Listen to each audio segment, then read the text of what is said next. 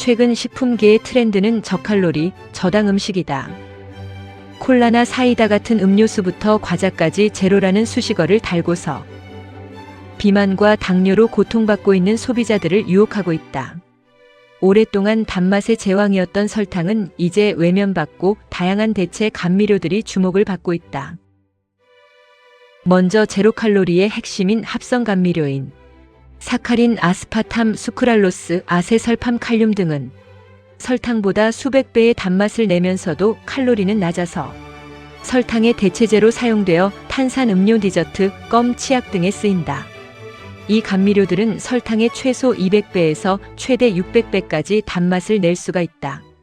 미국 서던 캘리포니아 대학교 케크 의과대학 연구진의 실험 결과 수크랄로스가 함유된 음료를 섭취한 사람들이 식욕과 관련된 뇌 영역의 활성화가 더 돋보였다고 한다.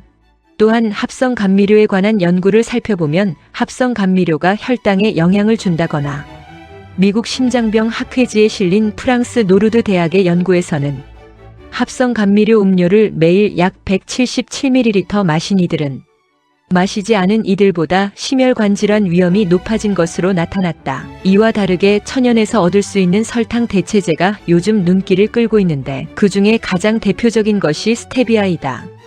남미에서 수세기 동안 약용과 단맛을 위해 재배된 식물로 설탕보다 200에서 300배 더 달고 칼로리는 거의 없고 혈당 지수를 나타내는 GI 지수가 0이기 때문에 GI 지수가 63인 설탕과도 큰 차이를 보이고 있다. 인터넷에서 구매하려면 에리스리톨이라는 당알코올 감미료와 혼합해서 시판용으로 나온 것을 많이 볼 수 있는데 스테비아 함유량은 낮아서 이것을 스테비아라고 알고 먹기가 불편한 사람들은 100% 스테비아를 구입하면 되지만 씁쓸한 뒷맛은 호불호가 있다. 스테비아의 하루 적정량은 50g으로 이 큰 술 정도이다. 에리스리톨의 단맛은 설탕의 70에서 80% 정도이고 청량함을 가지고 있는 감미료로 체내에서 약 10% 정도만 흡수되고 나머지는 체외로 배출되며 100g당 200kcal이며 GI는 2이다. 또한 설탕에 비해 충치가 발생할 염려가 적다는 것이 특징이다.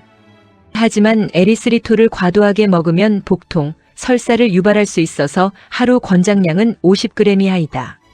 주로 옥수수 전분에서 추출되는데 세계에서 재배되는 상당수 옥수수가 유전자 변형 옥수수이기 때문에 GMO 논란이 있을 수 있다. 인터넷에서 찾아보면 유전자 변형이 없는 에리스리톨을 파는 것도 볼 수 있다. 천연당으로 새로 떠오르고 있는 것 중 하나가 나한과인데 서양에서는 몽크프루시라고 불린다. 승려를 뜻하는 몽크와 과일의 프룻을 결합한 것으로 중국 광서성 계림 지역에서만 볼 수 있는 과실이다. 나한과 추출물인 모그로사이드는 체내 흡수율이 0%이기 때문에 0칼로리의 GI도 0이어서 혈당 관리가 필요한 사람들에게 천연 감미료로 환영받고 있다. 다만 역시 에리스리톨과 같이 배합되어 있는데 100%나 한과는 호박엿 같은 이질적인 단맛을 가지고 있다고 한다. 동물 실험에서 하루에 많은 양을 투여해도 아직까지는 부작용이 안 나타났지만 식이섬유가 많아서 복통이나 설사를 유발할 수 있으니 적정량을 먹는 것이 좋겠다. 꿀은 비타민과 미네랄이 풍부하지만 혈당 지수가 58로 설탕의 혈당과 비슷하고 칼로리는 100g당 약 300kcal이므로 다이어트 시에는 주의해야 한다.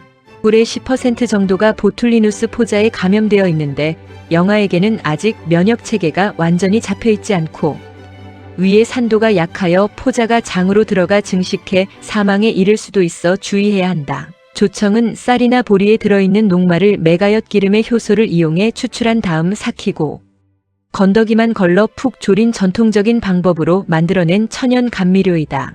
대부분 가래떡에 찍어 먹는데 나의 경우엔 연근이나 우엉조림에 주로 사용한다. 칼로리는 100g에 195kcal 정도이고 혈당 지수는 98로 당뇨 환자는 조심해야 한다. 자일리톨은 자작나무에서 추출한 자일로스를 여러 번의 정제 과정을 통해 순도를 높여 만든 당알코올 감미료이다. 충치 예방에 좋은 것으로 알려져 핀란드에서 온 껌으로 인식되었고 그것 때문에 나 또한 충치 예방상 자일리톨만 먹어온 지 10년이 넘었다. 나는 언젠가부터 당화혈색소가 안 좋아서 단 것을 자제하고 있는데 내가 본격적으로 자일리톨을 섭취한 이유는 특유의 청량감이 좋아서 먹게 되었다. 혈당 지수는 7로 높지는 않고 칼로리는 100g당 240kcal이다. 자일리톨 성인 권장량이 하루 10g이어서 더 먹으면 복통, 설사가 생길 수 있다. 알룰로스는 포도나 무화과 등 일부 식물의 소량으로 존재하는 천연당으로 섭취한 당분의 대부분이 체내에 흡수되지 않고 소변으로 배출되는 특징을 가진다. 알룰로스의 칼로리는 100g당 30kcal로 매우 낮아 혈당이나 인슐린 수치에 영향을 끼치지 않을 뿐 아니라 설탕의 70% 정도의 단맛을 낸다고 하는데 실제 사서 먹어보니 약간은 덜 단 꿀과 올리고당에 가까웠다. 하루 섭취 적절량은 54g으로 알룰로스의 혈당 지수가 0이어서 혹시나 하는 마음에 이번 기회에 알룰로스와 스테비아 에리스리톨로 혈당을 실험해 보았다. 조건은 공복 혈당을 잰 후에 모닝커피를 마시는 건데 우유도 GI 지수가 25여서 첨가하지 않았다. 알룰로스와 스테비아 에리스리톨은 티스푼으로 정확히는 아니지만 한 스푼 반 정도를 넣었다. 알룰로스를 넣은 커피를 마시기 전에 공복 혈당은 150이었는데 전날 조청에 가래떡을 늦게 먹은 영향이 있었다. 1시간이 지난 혈당은 112로 놀랍게도 38이나 떨어졌다. 2시간 이후 혈당도 21이 떨어진 91이었다. 스테비아 에리스리톨을 넣은 커피를 마시기 전에 공복 혈당은 99였고 마신 후 1시간 지난 혈당은 91, 2시간 이후 혈당은 80이었다. 어느 블로그에서 알룰로스와 스테비아가 혈당 지수가 0이라고 했는데 100% 신뢰할 순 없지만 나의 경우엔 오히려 혈당이 떨어졌다. 물론 8시간이라는 공복 시간과 커피만 마신 후 2시간 동안만은 빈속이었으니 혈당이 내려갈 수는 있는 등 개인의 몸 상태에 따라 다를 수 있으나 확실히 혈당을 올리지 않는 것 같다. GI 지수가 비교적 없는 음식을 선택하려다 보니 커피를 택하게 되었는데 만약에 탄수화물이 많은 떡볶이나 빵 종류로 요리를 했다면 더 변화가 있었을 것이라 생각된다. 아무리 완벽한 설탕 대체제가 나온다 하더라도 단맛은 중독성이 강하므로 과하지 않게 적정량을 섭취하는 것이 좋겠다.